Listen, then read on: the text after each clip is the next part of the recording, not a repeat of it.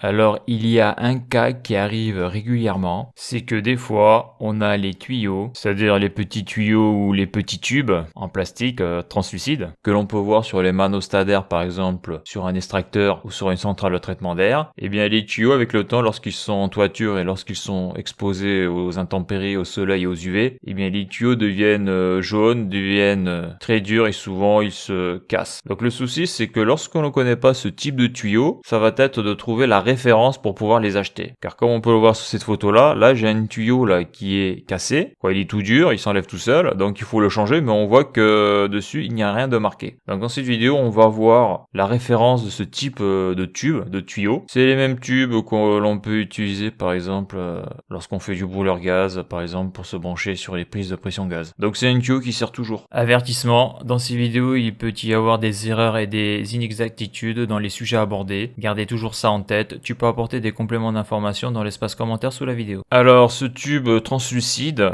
donc il est de la marque Legris, c'est du polyuréthane, donc de 8 par 5,5. Donc ça c'est le diamètre pour les pressostats et les manostadaires que l'on peut trouver sur les extracteurs et sur les centrales de traitement d'air. Donc il existe plusieurs diamètres, car si tu fais du brûleur gaz, les tétines là, pour se raccorder dessus, eh bien ça sera pas forcément le même diamètre qu'il y a sur ce tuyau là, car il peut y avoir des petites tétines ou des grosses tétines. Donc là on va voir après toutes les références pour ce type de tube au niveau des diamètres. Donc ça c'est bien de le savoir, en tout cas de savoir où chercher l'information, car ça sert toujours. Donc déjà dans le catalogue Legris, tu peux voir qu'au niveau des tubes souples calibrés, tu as 4 matières différentes, donc le tube polyamide, le tube polyuréthane, donc c'est celui-là qui nous intéresse, le tube polyéthylène et le tube fluoropolymère. Donc après, tous ces tubes-là, c'est suivant l'application. Il va y avoir des tubes, certains tubes qui doivent être beaucoup plus rigides et qui doivent résister à la pression. Ça, on le voit par exemple sur les capteurs de pression différentielle, sur les gros réseaux par exemple d'eau glacée. Il va y avoir des capteurs de pression différentiels en 420 mA et il va y avoir des prises de pression sur l'eau avec des tubes qui résistent,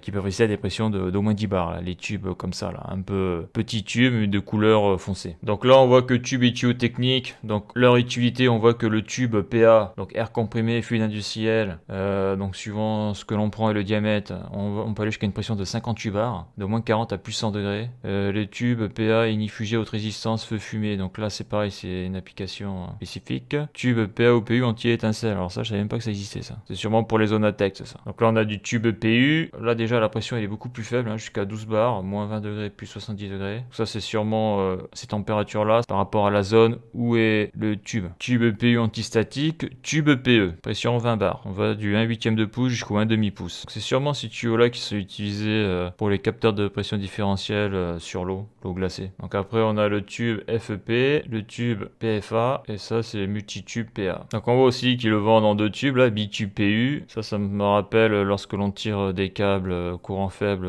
pour les prises RJ45, on tire deux câbles en même temps. Là, c'est un peu le même style. Donc là, les tubes spiralés pour l'air comprimé, le tuyau PU stressé spiralé, le tuyau PVC tressé, le tuyau autoserrant NBR tressé. Ok.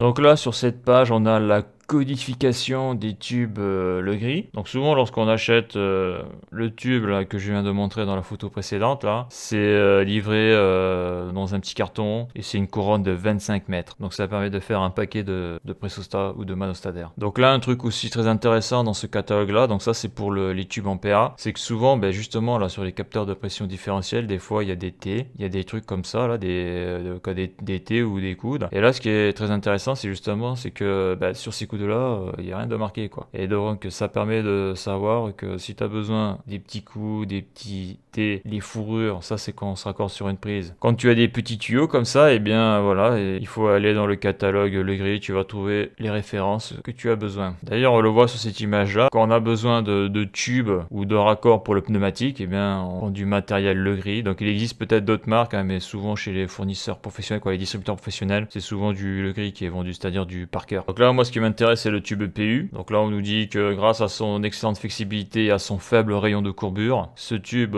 polyuréthane décliné en 3 grades spécifiques, éther, ester et éther cristal, permet un gain de place de plus de 50% comparé au tube PA semi-rigide ainsi qu'une couverture plus large d'application. Donc nous on va sûrement prendre du PU ester, parfaitement adapté aux applications pneumatiques. Donc on voit que ce tube peut résister jusqu'à 12 bars. il résiste au vide et il résiste jusqu'à 12 bars. Donc ici le manostadaire prend des pressions en pascal, donc les pressions sont extrêmement faibles, quoi. D'ailleurs ici c'est intéressant, on a un tableau qui nous montre, suivant les diamètres du tuyau, la pression ici là et la température que peut supporter le tuyau. Donc plus le tuyau sera chaud, dans un environnement chaud, et moins il pourra supporter la pression. Ce que l'on voit, on chute là, on passe de 10 bars à quasiment à 5 bars lorsque le tuyau est dans un environnement à 60 degrés. Donc nous là, si on veut prendre un tube de qualité standard, donc tube polyuréthane ester, donc c'est le premier niveau, hein, comme on a pu le voir juste avant, hein. Il y a 3 niveaux, il y a 3 grades. Donc là sur la photo j'ai montré le diamètre extérieur, donc 8, diamètre intérieur 5,5, le rayon de cintrage 20 mm, ou le rayon de courbure, et là suivant la couleur que l'on veut, là, noir, vert, rouge, bleu, jaune, gris,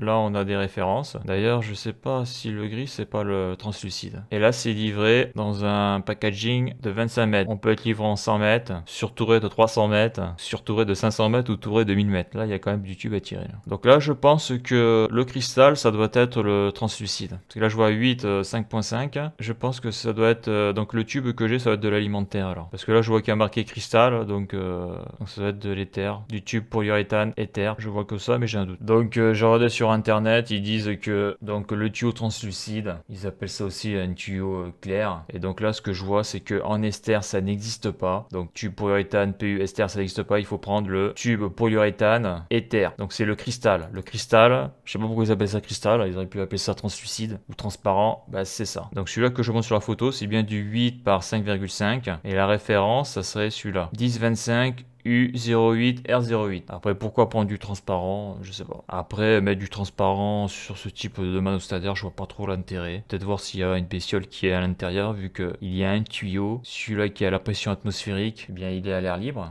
Peut-être que c'est ça, je sais pas. Et à la fin du catalogue, on a un tableau de compatibilité chimique. Donc nous, on va utiliser du substance, donc PU ester. Et pour de l'air comprimé, alors c'est pas vraiment de l'air comprimé, c'est juste de l'air, la pression atmosphérique, j'ai envie de dire, avec quelques pascals en plus. Donc ça passe. Là on voit que pour l'eau industrielle, il n'y a que celui-là là et les deux derniers. Donc le premier et les deux derniers. Et le premier c'est du PA et les deux derniers c'est ceux-là. Là. Donc le tuyau en PU ester, tu peux pas l'utiliser avec de l'eau. Et lorsqu'on s'en sert pour par exemple y brancher donc un capteur de pression différentielle par exemple sur un brûleur gaz, un bloc gaz, ben là on voit que avec le PU ester, le méthane 1,1 ça passe.